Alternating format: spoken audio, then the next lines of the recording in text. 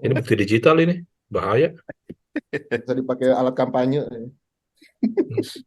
Ya, kali ini gue mau ngomongin tentang satu kata, yaitu mampu.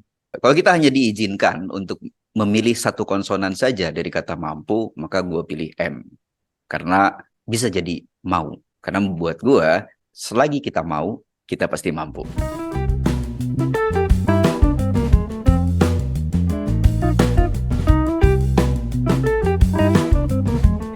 Halo Sobat Poster, ketemu lagi di Post Podcast 1.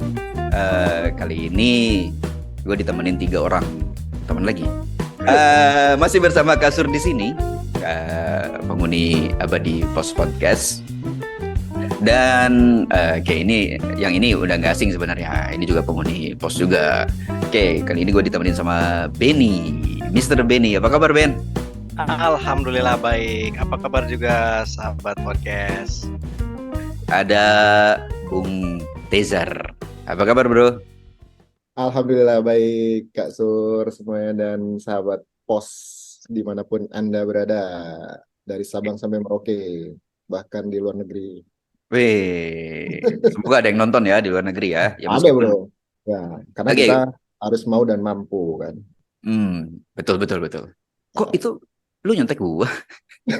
Ya, oke. Gue sama Benny nggak usah berkenalan jauh lagi kali ya, karena kalau teman-teman di sini sobat poster semua ya pengen inget-inget Kasur itu siapa, Benny itu siapa, bisa ya cek aja video-video kita sebelumnya. Oke, kali ini kita mau kenal dulu sama Bung Tezer nih lebih jauh lagi. Bro, boleh ceritakan bro, siapa diri Anda sebenarnya? Saya Tezar. Namanya panjang, 4 suku kata. Tapi singkatnya gampangnya Tezar aja.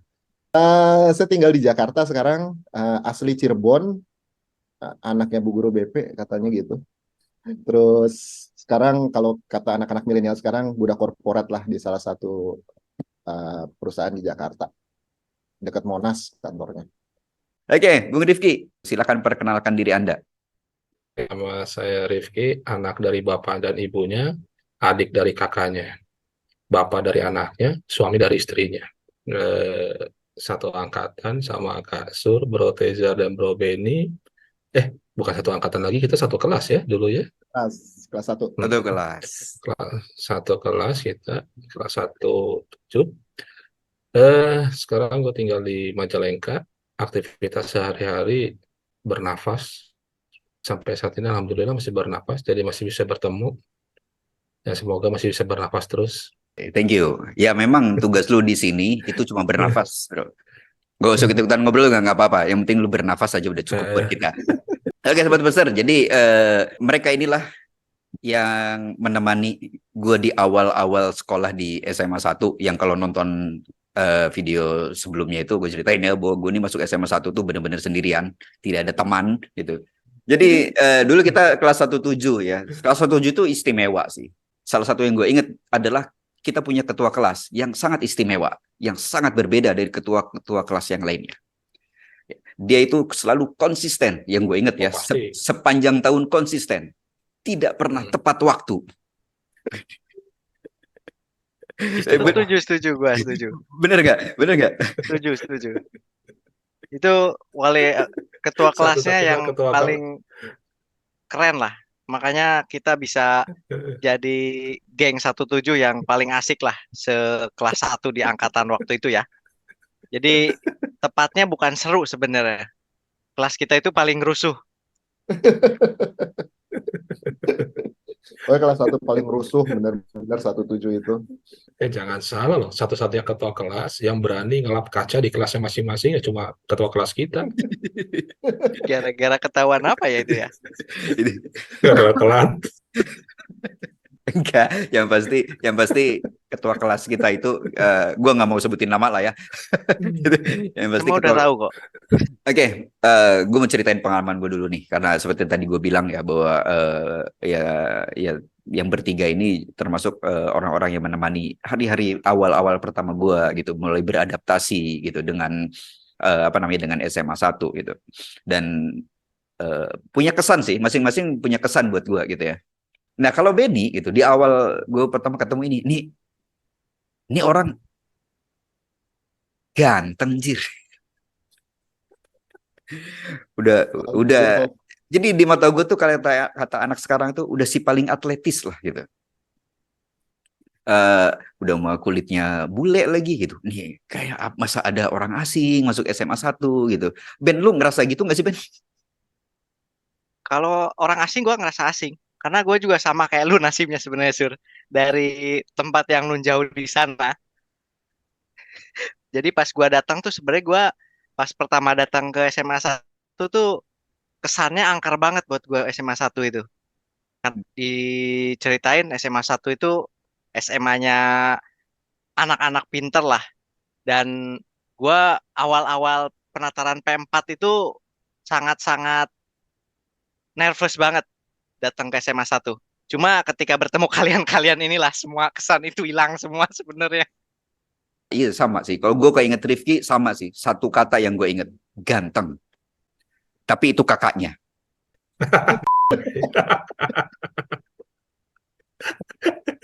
Anda orang ke 1001 yang ngomong begitu kasur. Dan berarti itu adalah fakta yang sebenarnya Ki. Lu harus terima gitu. Oke, Ki, gimana Ki kesan pertama kali sekolah di SMA 1, terus ya kita sekelas di kelas 17, gimana Ki, boleh ceritain? Saya tuh masuk SMA 1 urutan 304 dari 320 siswa. Jadi saya tuh masih unggul 16 orang dari passing grade. Tapi oke. Okay. Yang penting masuk SMA 1. Sama Tejar mah ya sudah bukan kesan pertama lagi dari awal. Kalau sama Benny ternyata ya itulah yang ganteng tuh ternyata saudara saya, kakak saya, dan Benny itu ternyata saudara saya, ikutan ganteng. Berarti saya nak beak bener sur, gitu bener sur. Jadi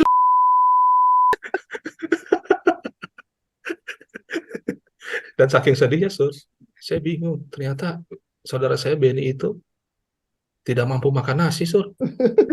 oh iya bener. Itu nanti dibahas tersendiri itu Ya, nanti. jadi kita langsung bahas aja ya. Nah, kenapa gue pada akhirnya gue mikir ini orang kayaknya orang bule beneran gitu.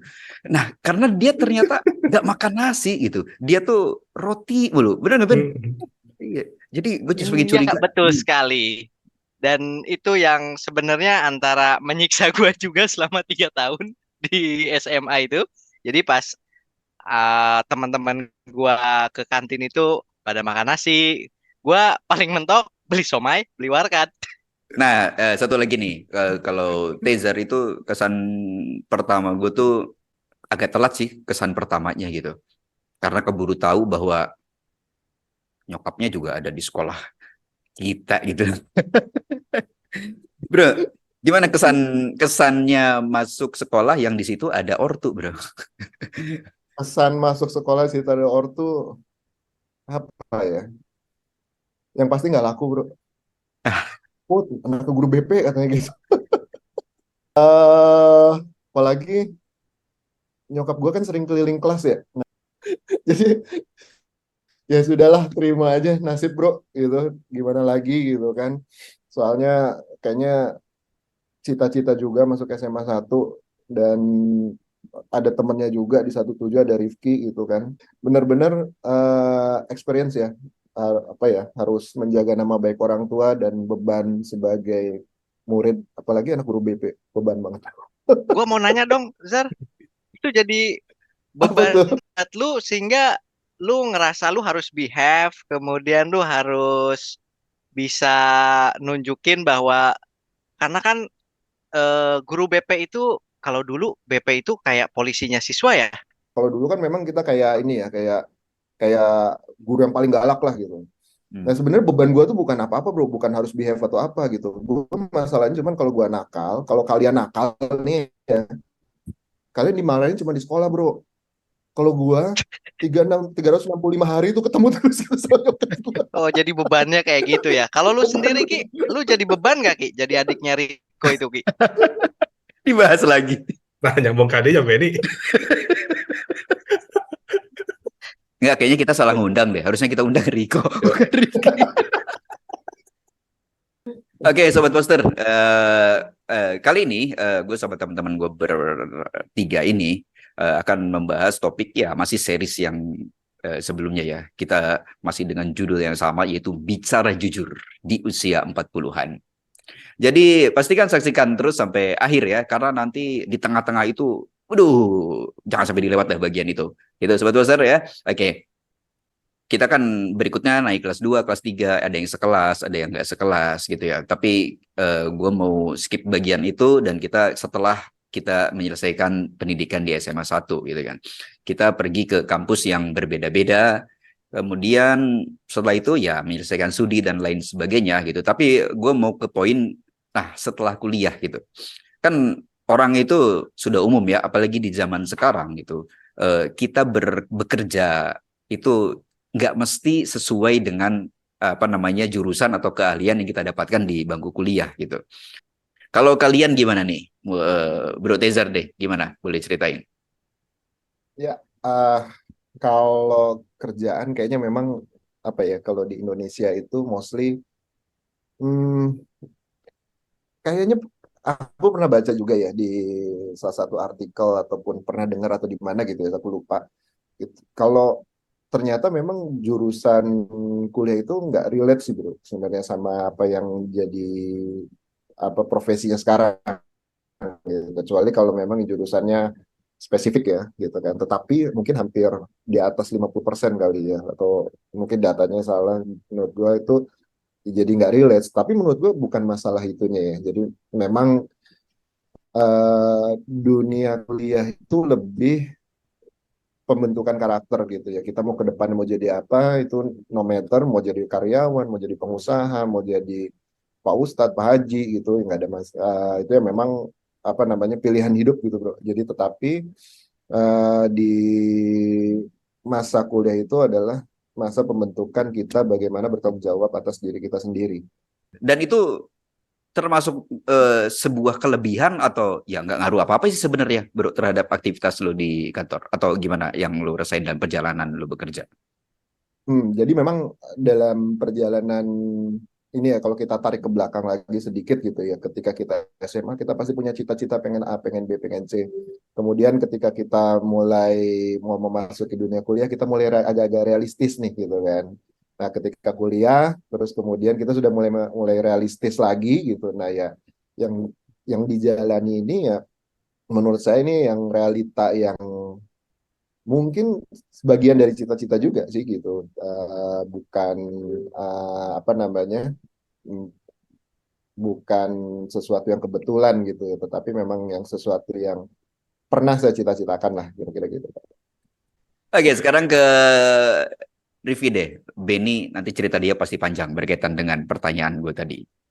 Ya, Rivi juga kuliah S2 hukum. Kenapa emang meragukan integritas saya? Ya, lu kuliah sampai S2 hukum gitu ya. Tapi kenapa kartu pradi udah sampai hilang? Saya tuh sebenarnya memang detail mah SHMH. Cuma itu sarjana hiburan magister hura-hura kasur. Jadi saya mah hidupnya penuh dengan hiburan. Jadi itu tidak related. Kalau bahasanya Om Tejar, realita dengan cita-cita. Ya, tuh nyambung. Realitanya nggak nyambung, cita-citanya nggak nyambung. Jadi yang penting enjoy aja lah saya mah. Gitu kasur. Ya, ya, Tapi ya. ngomong-ngomong Bilal ya, kemarin gue baca Quora ada yang nge-quote tulisan Instagramnya dia tuh gitu. Bagus sih tentang integritas. Oke, Ki. eh tapi berarti kan ente setelah kuliah itu kan sempat Yuk, beraktivitas ya, sempat menggeluti dunia hukum gitu ya. Eh Kalau boleh tahu itu, apa yang men-trigger lo untuk gue mau shifting oh, lah boleh, boleh. ya gitu. Bisa diceritain nggak, bro? Jadi kita harus flashback jauh ke belakang. Jauh sekali. Saat menjelang UMPTN. Bagi orang yang ingin memilih penjurusan, jangan kebanyakan nonton TV. Saya merubah dari ITB ke Undip gara-gara nonton film Ali McBeal. Tahu kan film Ali McBeal? tentang pengacara di Amerika. Cari info, katanya Fakultas Hukum Undip paling bagus, katanya saat itu. Akhirnya saya masuklah Fakultas Hukum. Gara-gara film, ya akhirnya karena niat yang kurang tulus, ikhlas, terpukul, jadi itu. Jadi apa, sebetulnya inilah itu intermezzo, masalah niat mah. Yang jelas apa ya, eh, nggak sanggup lah saya di, ya kalau jawaban serius sama saya belum sanggup untuk menjadi profesional di bidang hukum, begitu kasur. Benny juga sempat tergoda loh pindah sama saya bareng ke UI, ya Ben. Gua udah ikutan UMPTN. Benny yang lulus, saya nggak lulus. Wajar bro, kalau Benny lulus ente nggak lulus wajar. Kalau sebaliknya itu sulit diterima akal sehat kayak. Nggak sesuai Nurul kalau kata anak-anak sekarang.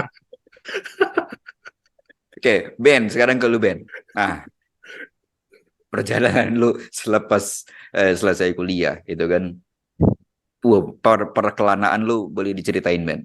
Dan apa mungkin ada hal-hal tertentu yang buat lu kayaknya apa ya? Ini boleh di-sharing sama teman-teman buat sobat poster di sini. Silakan.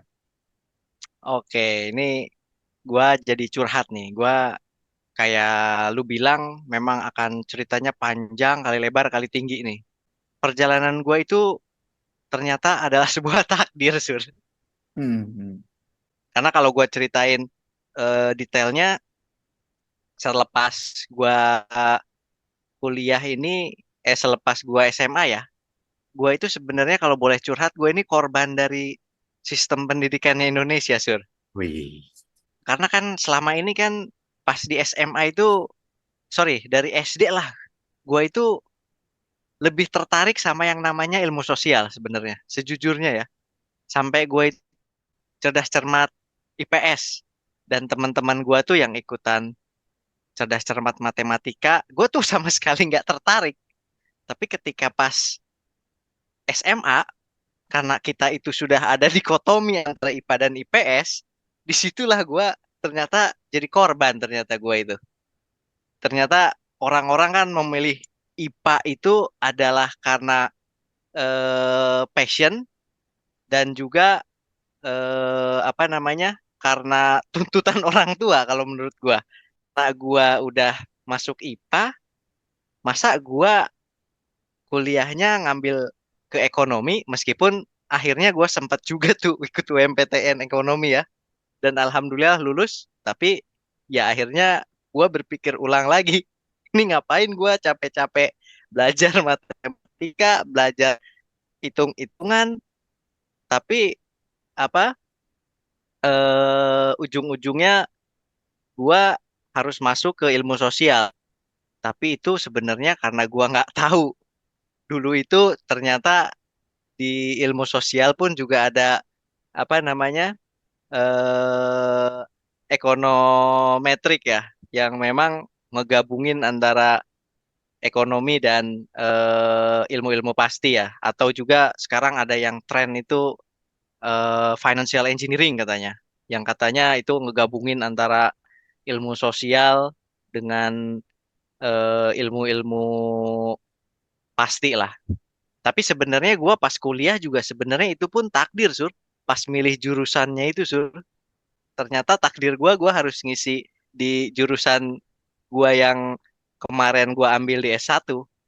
Kalau apakah masih relevan atau enggak, kayak yang dibilang Tejar ya, ngasih dimensinya lah, ngasih perspektifnya lah, lebih lebih tepatnya seperti itu, untuk menyiapkan kita setelah fasenya apa namanya?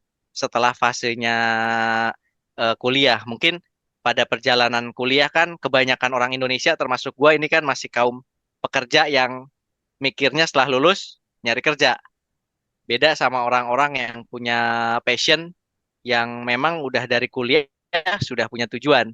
Ya akhirnya memang setelah lulus kemudian kerja, apakah related atau enggak dengan ilmu yang diterima di bangku kuliah, pada dasarnya sih semua pekerjaan itu ya bisa disambung-sambungin aja sih.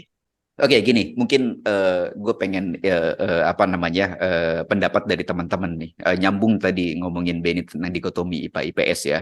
Kayak misalnya gini, kayak Benny itu kan jiwanya dia tuh IPS sebenarnya, tapi realita itu menekan soalnya gitu. Dalam tanda kutip ya, menekan untuk nggak bisa gitu. Lu harus IPA gitu kan.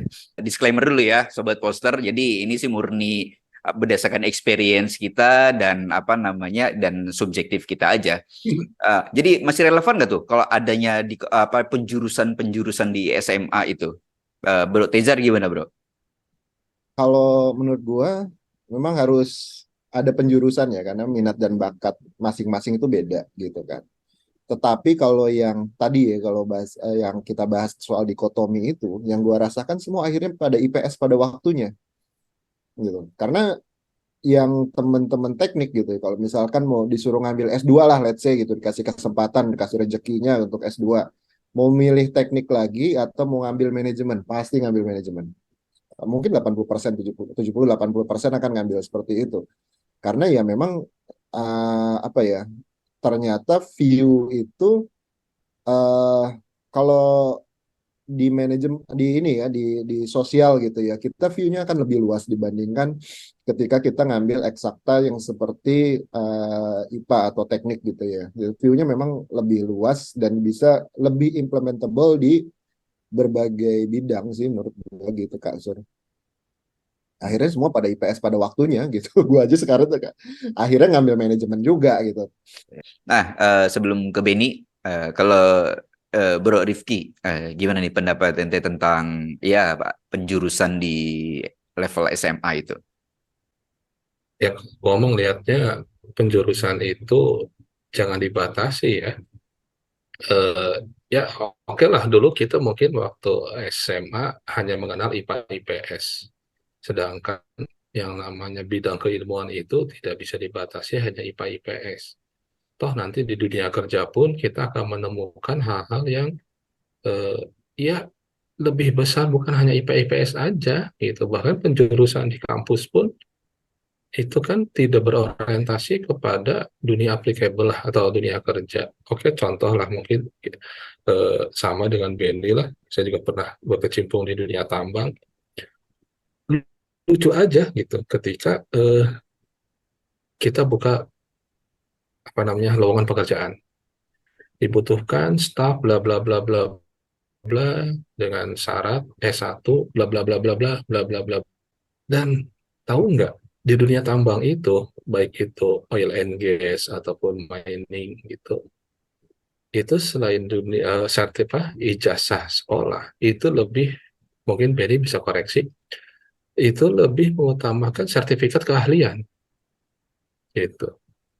Project manager di tempat saya itu ada yang cuma lulusan SMK, asisten-asistennya banyak yang lulusan S2 bahkan dari kampus-kampus ternama di negeri ini gitu ya.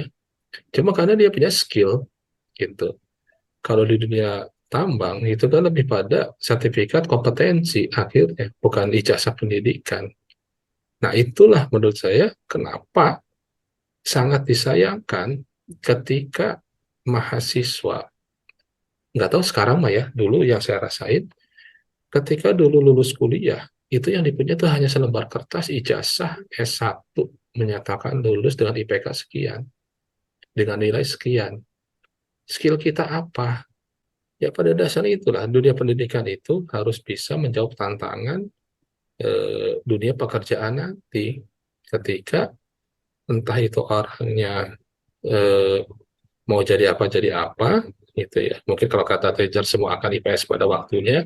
Coba kalau saya sih berpikir semua orang itu harus bisa memanage dirinya sendiri. Even itu jadi karyawan, even itu jadi entrepreneur, dia harus bisa mewakili dirinya sendiri. Ya kalau misalnya dibilang kuliah hanya membutuhkan pengembangan diri, is okay, bisa jadi. Tapi memang kita tidak bisa memungkiri di dunia kerja, bagi teman-teman yang jurusannya sifatnya tidak spesifik gitu, ya hanya 20%, 30% digunakan di dunia kerjanya dia. Ya beda lah kalau misalnya saya fakultas hukum, kerjanya di kejaksaan atau kehakiman atau jadi lawyer, ya 100% mungkin aplikatif. Walaupun itu harus belajar lagi gitu. Atau konyolnya gini lah, kita sarjana hukum mau jadi advokat udah ujian lagi. Ngapain menurut saya ujian lagi? Berarti kan dunia dunia advokat itu kan berarti tidak mengakui hasil produk pendidikan dari perguruan tinggi gitu. Ketika dia lulus, belum tentu dia bisa jadi advokat. Pun sama dengan kedokteran. Mungkin yang teman-teman kedokteran bisa meluruskan ya kalau saya salah. Nah, berarti kan dunia kampus atau dunia pendidikan tinggi, berarti dalam tanda petik gitu ya, tidak diakui oleh dunia profesional. Sekali lagi Sobat Poster, apa ya? Ini kita hanya berbagi gitu ya. Jadi kita nggak bermaksud untuk mengajari atau apalah gitu ya, atau ngasih apa namanya pengaruh atau apapun. Kita hanya betul-betul kita hanya ingin sharing apa yang ada di kepala kita gitu ya, apa yang kita rasakan berdasarkan pengalaman dan lain sebagainya. Adapun teman-teman Sobat Poster yang nonton video ini punya pendapat yang berbeda atau punya pandangan sendiri, silakan tulisin aja di kolom komentar ya. Mungkin itu kita bisa berdiskusi di situ. Oke, kita thank you Bro Reza dan Rifki. Kita gue mau lanjut ke lu Ben. Mungkin dari semenjak lu lulus sampai titik sekarang ini gitu kan, lu sudah merasakan pengalaman di banyak perusahaan, mungkin juga lintas industri itu. Itu bisa diceritain pengalaman lu Ben. Untuk gua sendiri sih yang gua rasakan, semua industri, semua perusahaan pada dasarnya kan mereka basisnya bisnis ya. Dan karena gue belum pernah kerja di NGO, artinya gue kerjanya di organisasi yang memang nyari profit. Pada dasarnya mereka sendiri memang yang tadi disampaikan Rifki bener sih. Mereka nggak butuh ijazah lu, mereka nggak butuh background pendidikan lu, mereka butuh kontribusi nyata buat company. Karena ini adalah kapitalis. Lu bisa ngasih benefit, ya gua akan pay lu apa? Gua akan bayar lu lebih. Tapi kalau lu cuman ngandelin ijazah lu ngomong ABC tapi nggak ada aplikasinya di lapangan, nonsen. Ya kayak kita sering dengar lah quote dari salah satu tokoh terkenal itu, ijazah itu kan cuman bukti kalau lu pernah kuliah, tapi bukan berarti lu pernah berpikir. Ya, itu juga yang dipegang sama company-company sebenarnya. Ketika lu nggak bisa berpikir untuk ngasih benefit ke perusahaan, ya perusahaan akan nendang lu. Dan ujung-ujungnya sih memang perusahaan ini bukan apa namanya, bukan apa namanya, bukan entity untuk lu ngadu skill, ngadu apa kepintaran lu, tapi gimana lu berpikir untuk ngasih benefit ke perusahaan. Apa mereka akan sangat megang itu sih yang gua rasain selama ini. Kita kan sudah lama ya berkecimpung kalau di dunia apa namanya yang berwirausaha kayak gua gitu ya. Kita sudah lama berkecimpung dan artinya kalau step-step tuh udah banyak step yang kita laluin. Pun begitu demikian gue yakin yang teman-teman yang bekerja di dunia profesional artinya bekerja menjadi bagian dari sebuah korporasi gitu ya atau instansi ya apapun itu gitu. Pasti level kita pasti sekarang sudah berbeda dengan level kita yang mungkin 10 20 enggak nyampe 20 tahun sih ya. Ya belasan tahun yang lalu gitu ya. Tapi kan pada akhirnya gitu kan di level kita seperti kita saat ini gitu kan itu kan nggak melulu teknis, bener nggak? Gue berpikir gitu. Ya, jadi benar Kak Sur. Jadi sebenarnya ya ketika di momen sekarang gitu ya, terus di masa-masa kita sekarang ini justru yang dilihat tuh ya tadi balik lagi bukan hanya sekedar skill atau misalkan hard skill, tapi juga sudah mulai kita bicara soft skill gitu ya. Soft skill bagaimana kita membawa diri kita gitu, bagaimana kita memantaskan untuk uh, berada di posisi tertentu gitu ya. Dalam hal ini yang menjadi pemikiran saya gitu ya. Jadi kalau kita bicara uh, apa ya, jadi lebih ketika kita ingin mencapai sesuatu, tentu kita harus mengupgrade dulu ya. Jadi kita harus mengupgrade diri kita bukan hanya dari sisi pengetahuan, tetapi juga dari sisi kepribadian gitu. Kalau kita bicara EQ, SQ, terus kemudian IQ, tentunya kalau IQ, gua kan udah mentok ya segitu-gitu aja. Gitu. Jadi paling tinggal EQ sama SQ aja, mudah-mudahan itu SQG gitu. Nah itu yang apa namanya? Menurut gua akhirnya seseorang itu akan dituntut untuk bisa bertindak atau berpikir dan berlaku sesuai dengan standarnya yang ingin dia raih gitu kalau lebih tinggi gitu kan. Jadi tidak hanya pada saat ini kita pintar, artinya kita pintar mengerjakan suatu pekerjaan atau kita pintar melakukan bisnis, tetapi ada masanya kita harus punya empati, kita harus punya rasa untuk bisa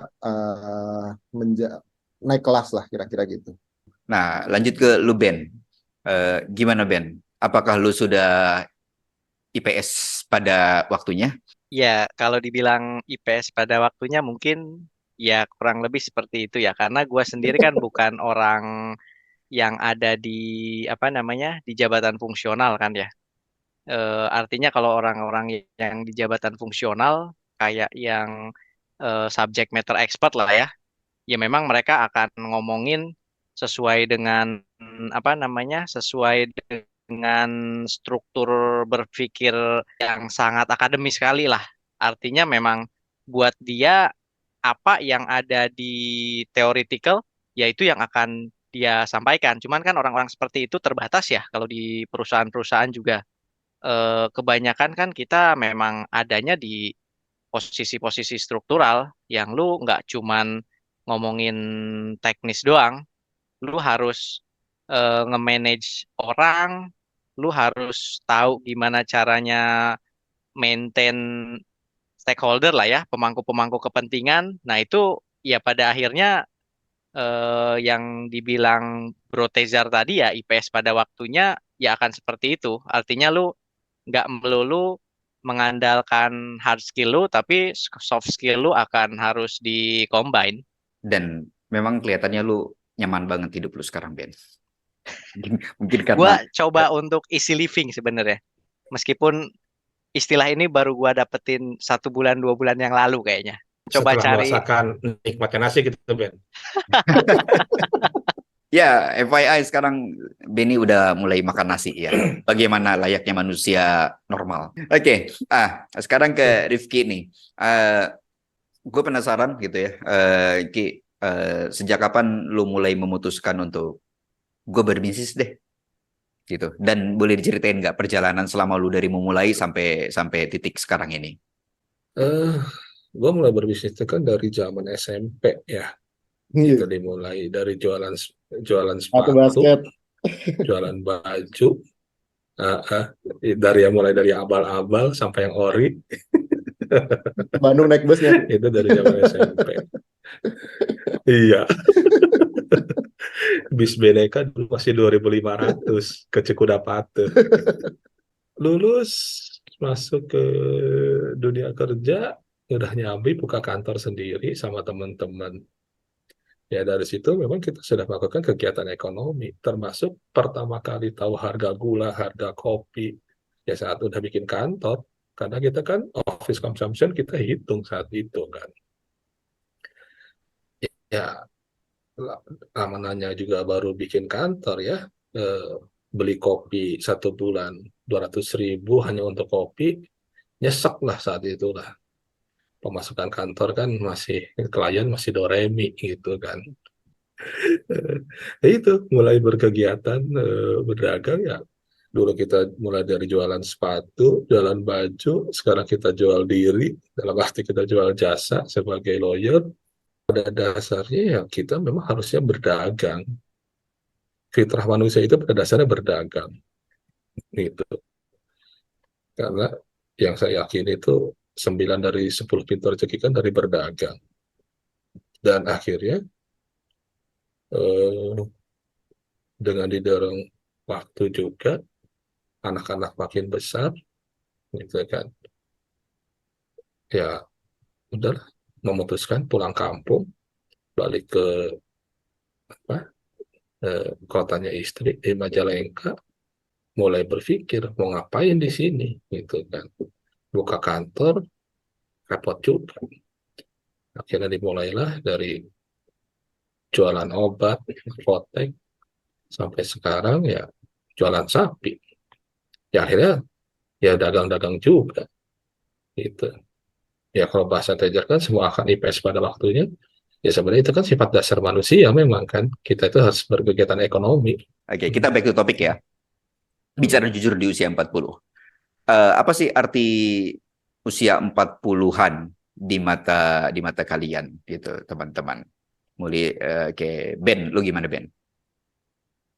Kalau buat gua umur 40 itu ya nggak beda dengan apa namanya, dengan sebelum-sebelumnya ya. Setiap hari ini ya memang harus start dengan kertas kosong. Artinya ya mau di umur 40, mau di umur 30, di umur 20, ketika lu bangun pagi, ya lu start hidup lu dari mulai kertas kosong lagi. Artinya yang kita nggak bisa balik ke masa lalu dan juga kita nggak bisa tahu di masa depan kita mau ngapain. Ya itu secara seriusnya ya. Tapi kalau ngomong dalam konteks kita ngomongin bebas ya, umur 40 ini kalau yang gua rasain sendiri sih memang ya kerasa dari sisi fisik itu sudah kerasa lah ngedrop lah. Yang gua bisa kerasanya itu pas gua balik lagi mulai olahraga intensitas tinggi ya, kayak main bola itu udah kerasa. Ternyata memang udah beda umur 40 sama lu ketika lulus kuliah umur-umur 25 sampai 30 tuh lu bisa tiap hari main bola itu masih bisa lah. Tapi sekarang lu main bolanya sehari, encoknya seminggu, bro. Minggu ya. Itu dari sisi fisik. Kemudian dari sisi apa namanya? Dari sisi pemikiran juga ya meskipun orang bilang dewasa itu adalah pilihan, ya mungkin dengan umur 40 lu emang harus mau nggak mau dipaksa harus lebih dewasa sih. Orang bilang malu sama umur lah. Kalau lu masih kekanak-kanakan, artinya ya mau nggak mau lu harus lebih dewasa dibanding sebelumnya. Entah itu dalam bersikap, bertutur kata, dan yang lainnya. Ya itu sih kalau dalam konteks yang lebih bebas ya, kalau menurut gue sendiri. Oke, thank you bro. Kita lanjut ke Bro Tezar. Pengalaman hidup lu kan pasti apa ya? eh gue nggak berani ngomongnya sih sebenarnya bro. Ya paham, paham, paham. Ya, gini, setiap kita kan dalam perjalanan hidup kita pasti apa namanya punya apa namanya keunikan tersendiri gitu. Tanda kutip ya, keunikan tersendiri gitu. Artinya kita pengalaman kita pasti beda-beda gitu. Dan di usia saat ini gitu, bagaimana lu memandang kehidupan? Ya, thank you bro. Jadi gimana kita memandang kehidupan? Kayaknya kita harus flashback ketika kita masih remaja ya, masih SMA, kuliah. Itu kayaknya kita di masa-masa yang kita sangat naif gitu, bahwa kedepannya kehidupan kita kelihatannya akan baik-baik aja. Waktu zaman SMA, zaman kuliah, ketika masalah kita itu cuma lu gitu kan, masalahnya itu cuma LU-nya 2, lupa ngerjain PR, ulangan sama ujian gitu. Masalahnya cuma itu doang gitu. Nah, ternyata dalam perjalanan itu eh, ya pasti ada dinamika lah ya. Kita menjalani kehidupan kita masing-masing, baik dan buruknya. Terus kemudian yang kita sikapi dengan sikap kita pada saat itu, kedewasaan kita pada saat itu, dan terus berkembang sampai dengan saat ini. Dan rasanya akhirnya gue jatuh pada satu kesimpulan bahwa ya ini hidup kita gitu kan ya. Hidup kita yang jalanin ya seperti ini. Apa yang kita lakukan baik dan buruknya gitu kan. Yang baiknya kita syukurin, yang buruknya kita minta ampun pada yang kuasa gitu. Dan kita mulai memahami bahwa semua orang punya masalahnya masing-masing gitu kan. Akhirnya ketika kita menghadapi masalah gitu yang sangat besar, terus kemudian kita merasa terpuruk gitu, ternyata mungkin ada orang yang mengalami permasalahan yang lebih besar dibandingkan kita gitu kan. Jadi akhirnya kita berpikir bahwa apapun yang kita nikmati, yang kita jalani sekarang gitu ya, itu yang harus kita syukurin gitu kan. Dan kita upayakan untuk selalu menjadi lebih baik, karena ya kita nggak pernah tahu, tadi yang Benny sampaikan bahwa kita setiap hari itu adalah lembaran kertas putih yang harus kita tulis gitu kan. Hari ini kita ngapain nih, kita sudah berbuat apa pada orang lain, apakah kita hari ini menyakiti orang lain, apakah kita hari ini membantu melakukan sesuatu yang bermanfaat. Kalau tadi kata Rifki itu kan memajukan perusahaan gitu. Nah, kita kan apa sih yang kita lakukan hari ini, dan pasti di end of the day gitu ya, di setiap harinya itu pasti ada penyesalan kenapa kita nggak begini, kenapa kita nggak begitu. Dan itu sebagai evaluasi dan sebagai upaya untuk pengembangan diri gitu ya. Jadi ya uh, kita apa ya, kalau kalau gue bilang ya lebih uh, enjoy life gitu ya, karena sebenarnya uh, ya hidup kita itu kan hanya untuk hari ini ya, kita nggak pernah tahu besok kita seperti apa gitu kan. Ya kita lakukan yang terbaik aja untuk hari ini gitu bro. Oke, oke. Oke, thank you, bro. Ki, sebelum pertanyaan yang sama ya, kayak ke Benny sama Tezar gitu. Tapi gue mau kasih pertanyaan awalan dulu ke lu, Ki. Gue sih ngerasa sekarang ya, kalau di rekening gue gitu, tiba-tiba sering 2M katakanlah gitu.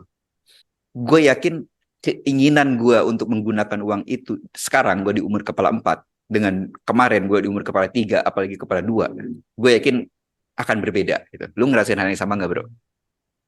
Iya, benar. Karena untuk posisi gue sekarang, eh, apa ya, pos penggunaan uang itu sudah berbeda. Tapi ada satu garis merahnya. Di umur dulu kita remaja dikasih 2M, uang itu habis. Sekarang pun sama, tetap habisnya. Tetap 2M itu akan habis ketika misalnya datang 2M, bisa. Ya, kalau datangnya 10M, ya habis juga. Cuma memang posting-postingnya lebih beda lah dengan dulu. Dan mungkin akan lebih lebih bijaksana dalam penggunaan uangnya. Tapi ke situ aja sih. Termasuk apa yang akan kita beli pun beda ya. Beda lah. Beda, tertahu beda lah. Dulu kan kita hanya sebatas bakso, warkat, atau milia, yang sekarang jadi miget. Dulu kan. Ya, sekarang kan beda lah. Nah, Intinya mah kita harus lebih banyak bermanfaat untuk kehidupan. Bukan hanya, kita tidak hanya berbicara untuk diri sendiri lah. Masih ada orang-orang sekitar yang perlu kita pikirkan di situ. Terus gimana nih? Apa pandangan lu tentang kehidupan di usia sekarang ini? Kepala 4, itu kan ada doa sendiri. Doa ketika kita sudah berumur 40 tahun. Itu dari hadisnya ada. Berarti menunjukkan bahwa dari sisi agama pun umur 40 itu beda. Gitu. Kita telah lagi bedanya di mana. Gitu kan. Ya itu kan berhubungan keagamaan. Dari pengembangan diri, umur 40 itu adalah, menurut saya pribadi ya, kita itu ketika umur 40 tuh akan sama di umur 60. Beda ketika kita umur 30, 20. Ketika 20, belum tentu kita sama dengan 30. 30, belum tentu kita sama dengan 40. Tapi kalau udah 40, kemungkinan besar kita dengan 60 itu sama. Gitu. Jadi starting point kita tuh di umur 40 ini sebagai apa? Gitu. Nah, kalau misalnya kita masih gini-gini aja, atau gitu-gitu aja, ya umur 60 pun ya gini-gini aja, gitu-gitu aja. Nggak akan berubah banyak. Karena orang sudah settle dengan umur 40-nya itu. Yang jadi profesional murni, yang jadi karyawan, umur 55 pensiun. Akhirnya semua orang akan kembali mencari eh, jati diri masing-masing gitu kan. Yang penting mah di umur 40 ini, ya yang ngerasain sih, ya kita harus lebih banyak bermanfaat bagi orang sekitar. Itu karena hidup itu terlalu singkat. Nabi Muhammad aja dikasih umur jatah nggak nyampe 65 tahun gitu kan. Nah, itu yang harus kita manfaatin di situ.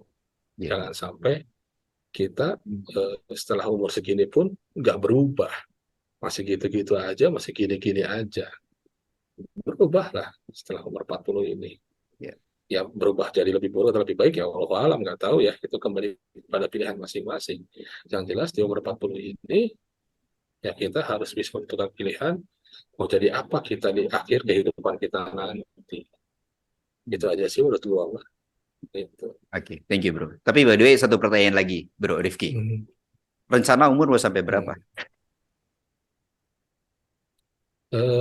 Saya mah bingung Sur.